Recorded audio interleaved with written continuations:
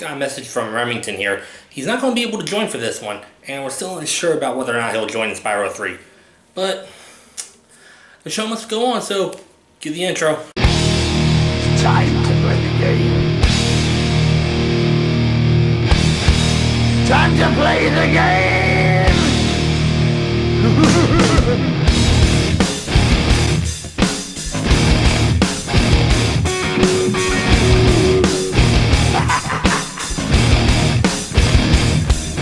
It's all about the game, and how you play it, all about control. And if you can take it, all about your debt. And if you can pay it, it's all about pain. And who's gonna make it? I am the game, you don't wanna play me. I am control, no way you can shake me. I am heavy debt, no way you can pay me. I am the pain, and I know you can't take me. Look over your shoulder, ready to run like a Cleveland bench from a smoking gun. I am the game, and I make the rules. So move on out, you can die like a fool. Try to figure out what my move's gonna be. Come on over, sucker, why don't you act? You know, these days when a sequel to a game comes out 1 year after the previous game, it's usually a bad sign. There's a very good chance that I might be a bad rush job full of glitches, graphical errors, control issues, and so much other shit that it'd be basically unplayable. But in 1999, when technology was nowhere near as advanced as it is today, a sequel coming out after the original game within that span of time was actually pretty normal. Common, actually. Crash 2 came out 1 year after Crash Bandicoot 1, and that's also the case with today's subject.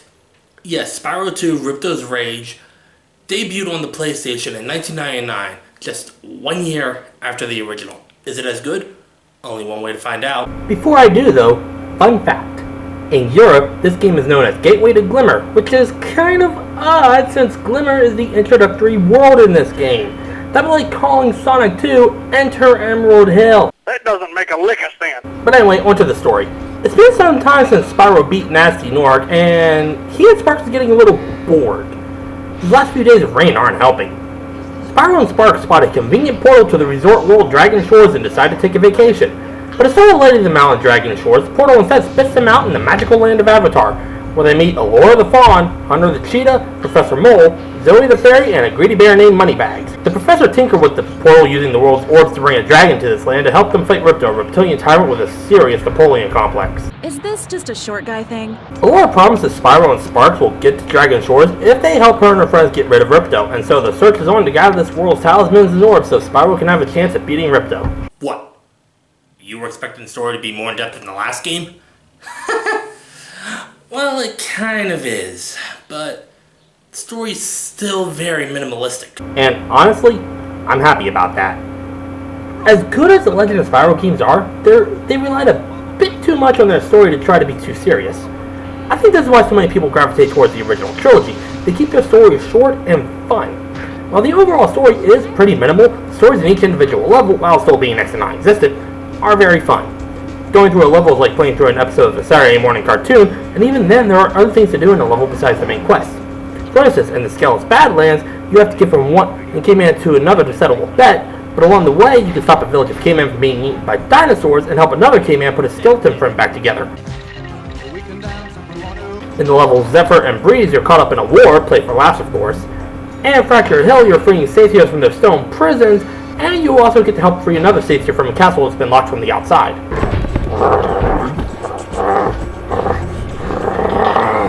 Of course, these are just a few examples from the 14 levels, not counting the speedways or boss levels. These levels are scattered across 3 worlds now, about half of what the last game offered, but the worlds and levels make up for this by being much longer, and then there's the backtrack, but I'll get to that in a little bit. The levels in the first 2 worlds, Summer Forest and Autumn Plains, end with you getting a talisman at the end, and if you complete these side quests I talked about a bit ago, you get an orb. Certain levels require a certain number of orbs to access. Yes, this includes the boss arenas as well. But there are parts of the levels and the worlds that you can't access for one reason or another. This is where Moneybags comes in. See, he can let you access these areas and learn new moves that require some backtracking like swimming, climbing ladders, and a head bash, but this comes at the cost of gems. Gems this time are currency, and you need to collect as many as possible because especially later in the game, Moneybag starts charging some seriously hefty prices. I'm trying to save the fucking world here, man. You're charging me upwards of 500 gems just to raise a bridge? What's your problem? We've got to have money. But yes, you heard me right a minute ago. You learn new moves. Well, okay, you don't so much learn the moves as you do buy them from Moneybags. And these moves are necessary to complete the game. In Summer Forest, you'll learn how to swim. In the last game, Spyro couldn't even touch any kind of liquid without getting hurt. But here, you can dive into clear water. Holding down the X button as Spyro swim normally while under the surface, and holding the square button as Spyro dive and dash. In the Autumn Plains world, you learn how to climb ladders. I guess Spyro needed to be shown how to dig his claws into walls, but then again, it's only walls that look like, well, ladders. And in Winter Tundra, you learn the head bash, which is kind of like a headbutt, but Spyro just... yeah, that. He also has another new move in this game, which he just learned between games, I guess. The hover.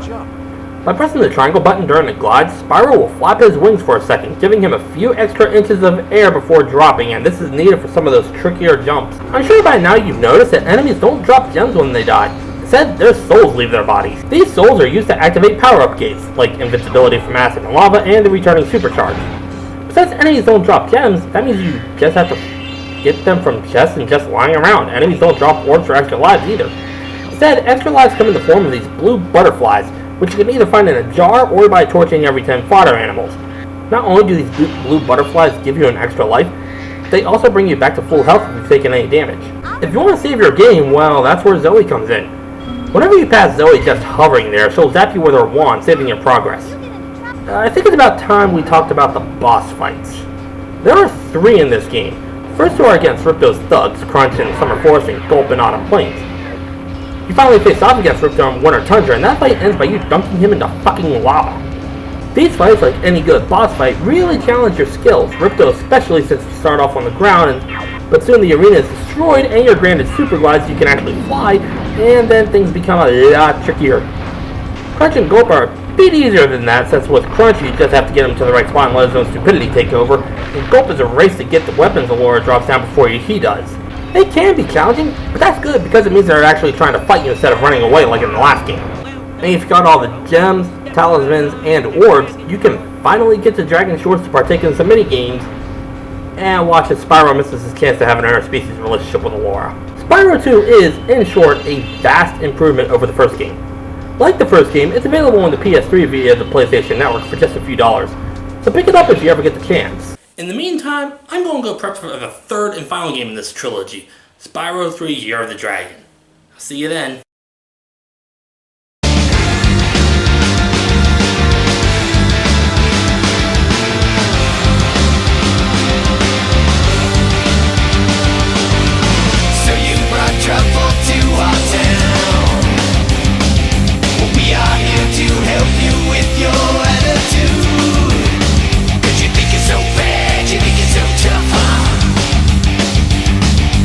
Wave the white flag or it'll be the end of you.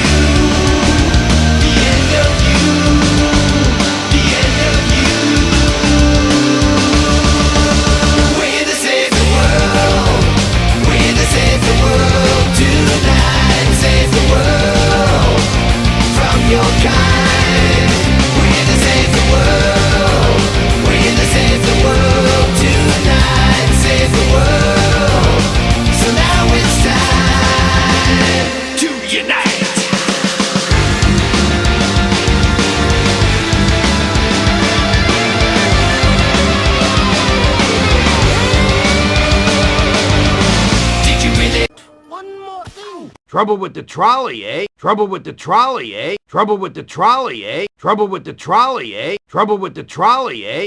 Shut up! Shut up! Shut up! Shut up!